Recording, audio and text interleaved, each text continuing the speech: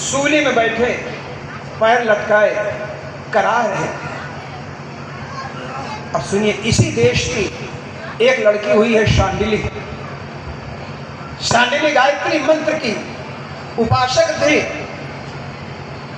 उसको सिद्धियां मिल गई थी। अष्ट सिद्धियां 9 निधियां गायत्री मंत्र में ही है, याद कर लेना।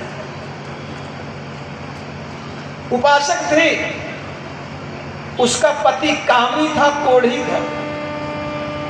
दरवाजे में बैठा था, कोढ़ छू रहा था। सेवा करती थी। दरवाजे से एक दिन एक वेश्या निकली। उसने आवाज दिया, अरे शांडिली जल्दी आ, शांडिली जल्दी आ।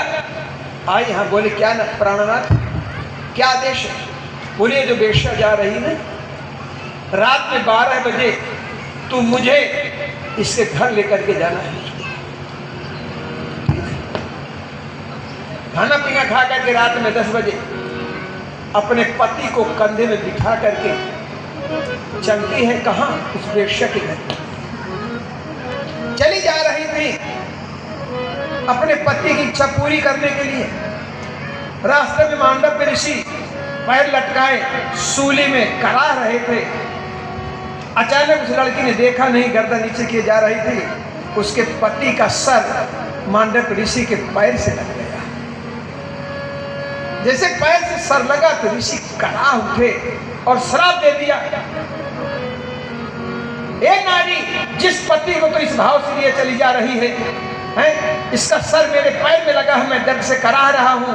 सूर्य उदय होते ही तेरा पति मर जाएगा। श्राप देगा। 5 कदम आगे चली गई थी, लौट के आई। कहने लगी, ईश्वर, मैं अपने पति को यहीं लिटा दे रही हूं, ठीक है ना? आपने श्राप दिया है कि सूर्य उदय होते ही तेरा पति मर जाएगा, तो मैं भी ये चैलेंज देती हूं आपको कि मैं सूर्य को उदय ही नहीं होने दूंगी। ये मेरा प्रण है। 1 महीना हो गया, पूरे विश्व में अंधकार, हाहाकार मच गया। सभी देवता पहुंचे माता अनुसुईया के पास। माते, ये क्या हो रहा है? अनुसुईया भी गायत्री उपासक थी, आगे कथा बताएंगे। उसने दिव्य दृष्टि दौड़ा के देखी, अरे ये तो शांडिली है, ये भी तपस्विनी है, जरूर कुछ बात है। तो माता अनुसुईया के साथ में सभी देवी देवता है। शांडिली बैठी थी। शांडिली ने अनुसुईया से कहा, माते, हमारा प्रणाम स्वीकार करें। अनुसुईया ने कहा, दीर्घायु। क्या बात है बेटी, तो सूर्य का उदय क्यों नहीं होने दे रहे? बोली, ये ऋषि है ना, इन्होंने श्राप दिया है। रात में मैं अपने पति को लेकर जा रही थी पति की आज्ञा का पालन कराने के लिए। इनका सर धोखे में पैर से टकरा गया। ऋषि ने श्राप दिया, सूर्य उदय होते ही तेरा पति मर जाएगा। इसलिए मैंने चैलेंज दिया कि मैं सूर्य को उदय नहीं होने। तो माता अनुसुईया कहते हैं, बेटी, सूर्य को तो उदय होने दे, तेरे पति की जिम्मेदारी मेरी है। 2 सतियां इकट्ठा हो गई, 2 पतिव्रताएं एक साथ हो गई। तू सूर्य को उदय होने दे, तेरी पति की जिम्मेदारी मेरी है। शांडिली ने सूर्य का आह्वान किया, सूर्य देव प्रकट हो गए, उसका पति खत्म हो गया। अनुसुईया ने कमंडल से जल निकाला, छिड़क दिया। 18 साल का नवयुग बनकर के खड़ा हो गया है। ये है सतियों की करामात, देश की पतिव्रताओं का।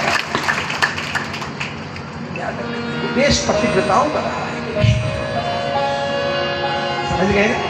उधर इसलिए फिर मांडव ऋषि की जब मृत्यु हुई, मृत्यु होने के बाद जब ऊपर गए तो सीधे यमराज से पहले मिले जाकर के। बोले, आप मृत्यु के देवता है ना?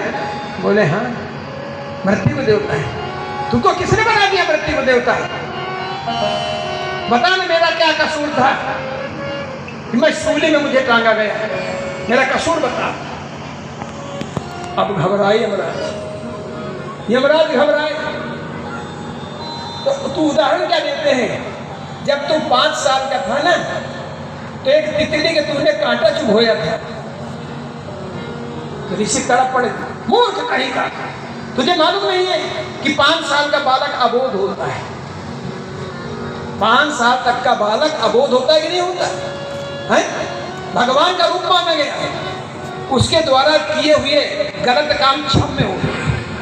अनजान है ना, उसे क्या मालूम है? बच्चे बच्चे आपस में लड़ते हैं, फिर खेलते हैं, और माताएं लट्ठू चलाती हैं जाके एक दूसरे के प्रति। ये बालक भगवान का रूप होता है। जा, मैं तुझे श्राप देता हूँ, अगला दिन तू दासी पुत्र के रूप में होगा। वही विदुर जी पैदा हुए थे। बोले विदुर भगवान की जय। वही विदुर जी पैदा हुए थे। तो इस कहानी का मतलब क्या रहा? अवश्य में भोक्तव्यम कर्म फल शुभाशुभम। आपने जैसे भी कर्म किया है उसका फल अवश्य मिलेगा। आइए इस गीत के माध्यम से सुने। कर्मों के फल से न बचोगे, चलना बहुत संभाल के, अभी समय है अभी बदल लो, तेवर अपनी चाल के। समझे? कैसा बुद्धिमान है मानव, ईश्वर को धोखा